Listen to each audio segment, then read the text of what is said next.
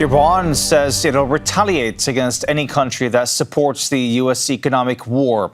The U.S. Treasury Secretary said the new economic measures will be announced on Monday. Iran's president says returning to the terms of the memorandum of understanding is the only way forward. Look at the provisions of the memorandum. You'll not find a single clause in which we have backed down or surrendered. If we signed that memorandum, it was because we believe the war cannot go on indefinitely. At some point, we ultimately have to make a decision to save the country from the state of neither war nor peace. And Iran's foreign minister has dismissed the threat of new U.S. sanctions, saying Tehran is prepared for more pressure on its economy. This is a repetitive scenario, from the crippling sanctions imposed during the Obama administration to the maximum pressure campaign during Mr. Trump's first administration, and now to the latest sanctions. All of these measures have been introduced under different titles, but they represent the same kind of bullying that we have always seen in American policy. In other words, it is the same movie they keep playing over and over again. We know this movie, so we know how to confront and deal with it. The fact that the United States has once again moved from military threats to reviving its old plans shows that they are truly desperate and have no solution when it comes to the great Iranian nation. Therefore, they keep bringing their old plans back onto the scene. They must understand that there is no option other than respectful dialogue with the Iranian people and a solution based on justice and dignity. They should put all of these old plans aside and return to a path that has been tried before. Iran will respond respectfully to the language of dignity.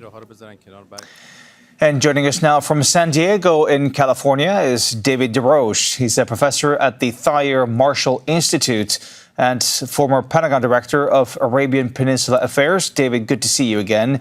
So what do you say to these words from the Iranian foreign minister that U.S. officials are truly desperate and have no solution? Yeah, I think that he's speaking to his domestic audience, which is really in a bad way. I mean, the official inflation rate in Iran is 85%. They have dealt with that in the past, but since World War II, the highest rate Iranian inflation has gotten is 25%.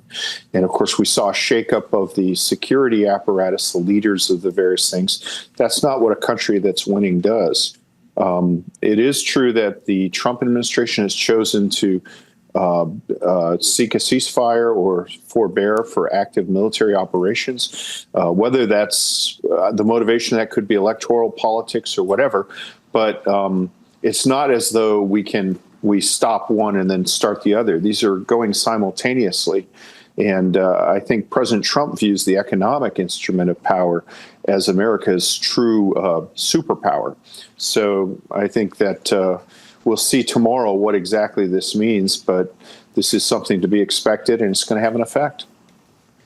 He's also calling for respectful dialogue based on justice and dignity, promising that actually Iran will respond respectfully to the language of dignity. Couldn't that be an idea, actually, respectful dialogue instead of economic and military warfare? We call that diplomacy, yeah. There hasn't been a whole lot of that, and you don't get a lot of respect when you deal with Donald Trump. He's more Queens than Washington, certainly. I think, though, that what you're seeing here is President Trump would argue, I think, that this is all about respect for the Iranian people. The reason why this got to the top of his agenda was the massacre of democracy protesters in January, and that he would say, I believe, his motives are with the dignity and the human rights of the Iranian people. His beef is with the Revolutionary Guard and the clique that controls Iran and has steadily looted its economy. I mean, the Revolutionary Guard controls 45% of the Iranian economy. Of course, Abbas Araghchi is part of that infrastructure and benefits greatly from it. So I think that he's trying to nationalize a problem that is aimed at a very specific faction of corrupt elite that he's part of. Sorry, you just said that he's part of a corrupt elite. Just clarify that for me, please. Okay, so the Revolutionary Guard and the Islamic leadership of Iran has steadily taken over the Iranian economy. So they've gone from just being a government and a security force to a force that, by some estimates, as much as 45% of the Iranian economy is controlled by them. So when there's a big commercial development, even if there's a rather important foreign partner, so for example, a Turkish company was to run Imam Khomeini Airport right after it opened, they got pushed out by a Revolutionary Guard affiliated faction here. So what you see is there are people who educate themselves and their children in the West, as Araghchi did. He was educated in Britain, who are insulated from the general deterioration of the Iranian economy and who have the ability to squirrel assets overseas, even as the Iranian rial hits 2 million to the US dollar. He's part of that whole infrastructure. That's what I mean. Thank you for the question. I'm sorry I was unclear. No, it's important to, of course, clarify those points because, when we talk about these leaders and diplomats who've been engaged in these kind of negotiations, as you remember in Switzerland, for example, I want to make sure that we're clear with our viewers what you mean. But I also want to ask you, the head of Iran's internal security paramilitary units, the Basij, he says the map of global power is changing and that the U.S. is no longer the center of the world. Do you think that this is a real consequence now of this war, that the map of global power is changing? And what does that mean for America going forward? I think he could be right, but I'm not sure whether it's a consequence of this war or just President Trump's general mishandling of American foreign policy, to be honest, particularly with regards to Ukraine. I think that Ukraine is a real existential threat to the post-Cold War free trade world order. When the Ukraine war broke out, gasoline prices spiked higher than they have been in this war, for example, even though, that's not as important a gasoline exporter as the Persian Gulf states that are blockaded by Iran. It's kind of like the rooster taking credit for the sun rising. And I don't think it's necessarily irreversible. I think that a different foreign policy that kind of reiterates the values that led to a Western triumph in the Cold War would probably be welcomed by America's partners. I mean, a lot of what Trump does is just irrelevant. Most of my family is Canadian, and they're afraid to come visit me because of Trump's policies. So that is just, picking a fight with the Canadians like kicking a dog. They're the most polite people in the world. And parts of these things just mystify me. I'm just in despair. So this is not a good development, but it's not as important as some Iranian spokesmen or partisans would have you believe.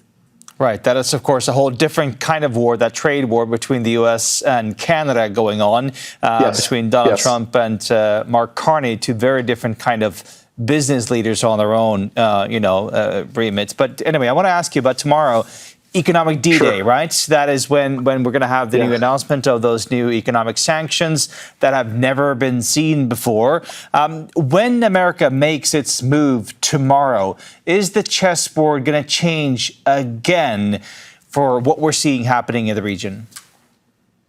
I don't think so. I think that, first off, this will be aimed at Iran's trading partners. And I think that it will have a long-term deleterious effect, but it won't have an immediate one.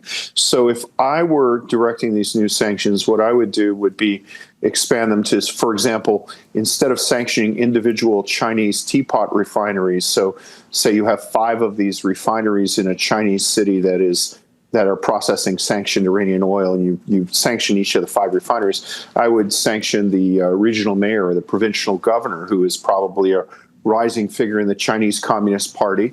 Now, all of a sudden, he won't be able to send his daughter to go to college in the United States like Chairman Xi did. And that's a big thing for a Chinese government leader. That's what I do. But we don't know what he'll do. It could be old wine in new bottles. It could be old wine in old bottles with a new label, or it could be something truly revolutionary. But I would focus on specificity on government officials that are enabling trade with Iran.